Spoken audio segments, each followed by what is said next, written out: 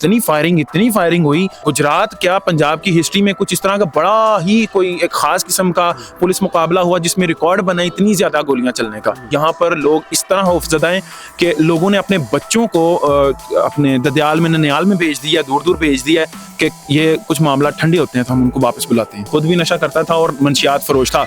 वो मंशियात फरोश था, उसने कईयों की नस्लें तबाह कर दी। इतनी मंशियात जितनी वो सेल करता था, आप समझ सकते हैं कि गाड़ियां भर के आती थी उसके डेरे पर जहाँ से वहाँ सेल होती थी। नशा करके अगर कोई बढ़ के मार रहा है तो फिर उसका अल्लाह ही हाफ़िज़ है। थे और कुछ पुलिस वालों से भी मेरी बात हुई, उन्होंने बताया कि हमें ऐसी चीज़ें मिली हैं अंदर से जिससे नशा किया जाता है। उसकी लाश को गाड़ी में डाल के ले जाया गया है और वहाँ जाके फिर उसको घुमाया फिराया गया है। तारिक अजीज की कब्र पर ले जाकर बेहुरमती भी की गई है। नहीं, मैं सारी बात नहीं बताऊंगा, मैंने भी यहाँ रहना है। ऑनिक्स न्यूज में खुशामदीद। मैं हूं इमरान अली खान। गुजरात में इस वक्त मौजूद हूं। फैजी हंज गांव का घर है, वो पीछे आपको नजर आ रहा होगा। लेकिन क्या वजह है कि फैमिली और गांव के लोग खौफजदा हैं, वो बात नहीं करना चाह रहे। मुकामी सहाफ़ी वजाहत अली जफर हमारे साथ मौजूद हैं। इनसे जानते हैं कि जो सोशल मीडिया पर खबरें चल रही हैं, उन खबरों में और जो रियलिटी है, ग्राउंड रियलिटी है, उसमें क्या फ़र्क है। अस्सलाम वालेकुम वजाहत भाई। वालेकुम अस्सलाम। वजाहत भाई, गाँव के लोग बड़े खौफजदा हैं। एक हू का आलम है, आज ठंड का भी दिन है, लेकिन हमने देखा कि लोग खौफजदा हैं। लोग बात नहीं करना चाह रहे, लोग अपने घरों में कैद होकर रह गए हैं। क्या वजह, इतना खौफ क्यों है? पहली बात तो यह है कि जो सदाकत है, जो कि मुखालिफ था, उसको भी पुलिस मुकाबले में पार किया गया। और जो पुलिस में फैसल जट का जो वकूआ है, मेरे ख्याल से लोग जानते ही हैं, आधे से ज़्यादा वकूआ कुछ अभी बता देंगे। तो दोनों की FIR अगर मिलाई जाए, सदाकत के तकरीबन 10 से 12 लोग और फैसल के तकरीबन 10 लोग, ये नामालूम है। तो खौफो खराज की सिचुएशन ये भी है कि लोग समझते हैं हमें भी ना उठा लिया जाए, तो हम भी इस गांव में रहते थे। अगर आप एक गांव में रहते हैं तो आपके आपस में सलाम दुआ तो होती है, तो हम भी किसी इस तरह के वो कुएं में ना शामिल हो जाएं। पहली चीज़ ये है। को दूसरा ये है कि इतनी फायरिंग हुई, ये मेरे ख्याल से गुजरात क्या पंजाब की हिस्ट्री में कुछ इस तरह का बड़ा ही कोई एक खास किस्म का पुलिस मुकाबला हुआ जिसमें रिकॉर्ड बना इतनी ज़्यादा गोलियां चलने का। इतनी ज़्यादा गोलियां मैंने आज तक अपनी ज़िंदगी में, छोटी सी ज़िंदगी, इसमें मैंने इतनी ज़्यादा गोलियां की चलती हुई किसी भी पुलिस मुकाबले में नहीं देखी। तो इसकी वजह से भी, और एक चीज बता दूं, यहाँ पर लोग इस तरह खौफजदा हैं कि लोगों ने अपने बच्चों को अपने ददयाल में ननियाल में भेज दिया, दूर दूर भेज दिया है कि ये कुछ मामला ठंडे होते हैं तो हम उनको वापस बुलाते हैं। ठीक है, हमने देखा कि सोशल मीडिया पर फैजी हंज को हीरो बनाकर पेश किया जा रहा है और कहा जा रहा है कि वो एक दिलेरी की, हिम्मत और अज़म की आला मिसाल है। क्या जट छत पर खड़ा हुआ और नारा लगाया कि जट नस जाए तो जट नहीं है, इसके लिए हीरो बना दिया? क्या हीरो था या पुलिस ने हीरो बना दिया? नहीं, पहले मैं मज़ाइका खेज़ ये बात है अगर कोई बंदा इसको हीरो कहता है। पहली चीज़ बता दूं कि फैसल जट खुद भी नशा करता था और मंशियात फरोश था। उसने कोई ज़िंदगी में ऐसा काम नहीं किया कि जिससे मैं उसको उस पर फ़ख्र करूं और मैं कहूं कि वो he is a very good man and he is a hero for us. नहीं, नेवर नेवर नेवर। बेसिकली वो मंशियात फरोश था, उसने कईयों की नस्लें तबाह कर दी। इतनी मंशियात जितनी वो सेल करता था, आप समझ सकते हैं कि गाड़ियां भर के आती थी उसके डेरे पर जहाँ से वहाँ सेल होती थी। आपने कह दिया कि उसने जट नस्ता नहीं, फलाना फलाना। अंदर की इतलात मिल रही हैं कि फैसल ने अंदर जो 4 लोग थे, ये फैसल था, नवीद था, समीउल्लाह था और एक सफ़ी रहमान था, ये 4 लोग थे। इन 4 लोगों के मतलब ये इतलात मिल रही है कि ये अंदर ड्रग्स भी करते रहे हैं। तो नशा करके अगर कोई बढ़ के मार रहा है तो फिर उसका अल्लाह ही हाफ़िज़ है। 17 घंटे मुकाबला चलता रहा, तो क्या वो नशे की हालत में थे उस वक्त? यकीनन, क्योंकि इतलात जिस तरह मिल रही है, मैं यहाँ पे मौजूद हूँ और यहाँ गुजरात के साफियों से भी, और वहाँ पे गुजरात में जहाँ पे वो लोग जो लोग वहाँ पे मौका पे मौजूद थे और कुछ पुलिस वालों से भी मेरी बात हुई, उन्होंने बताया कि हमें ऐसी चीज़ें मिली हैं अंदर से जिससे नशा किया जाता है।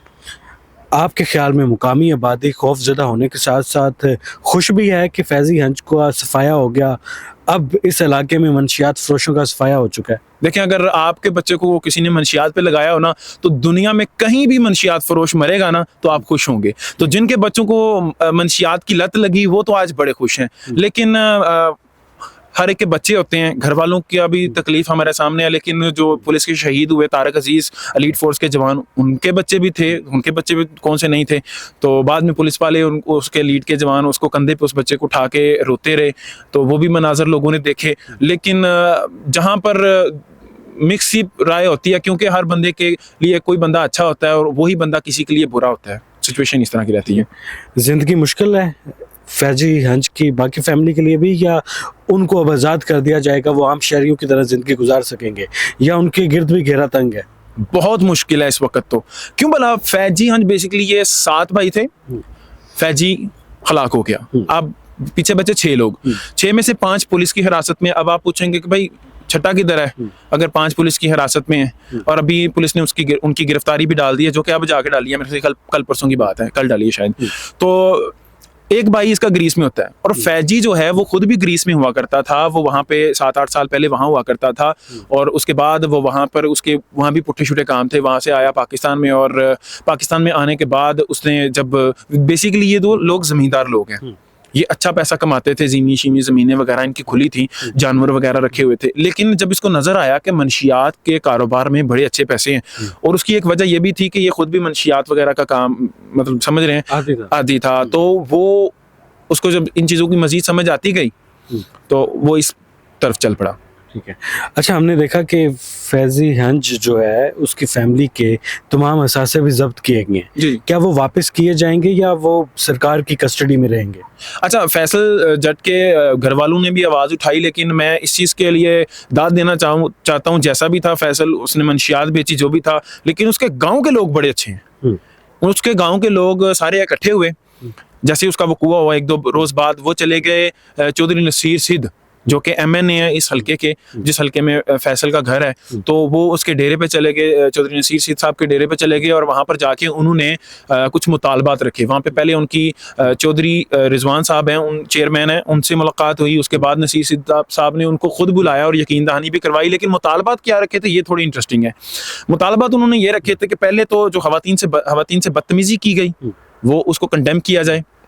दूसरा, उन्होंने कहा कि फैजी मंशियात फरोश था, जैसा भी था, लेकिन था तो एक इंसान ना, तो उसके साथ जो सलूक किया गया है, उसकी लाश के साथ, उसकी लाश को गाड़ी में डाल के ले जाया गया है, और वहाँ जाके फिर उसको घुमाया फिराया गया है। उसको जो भी लोगों ने इस बारे में लोग जानते ही हैं।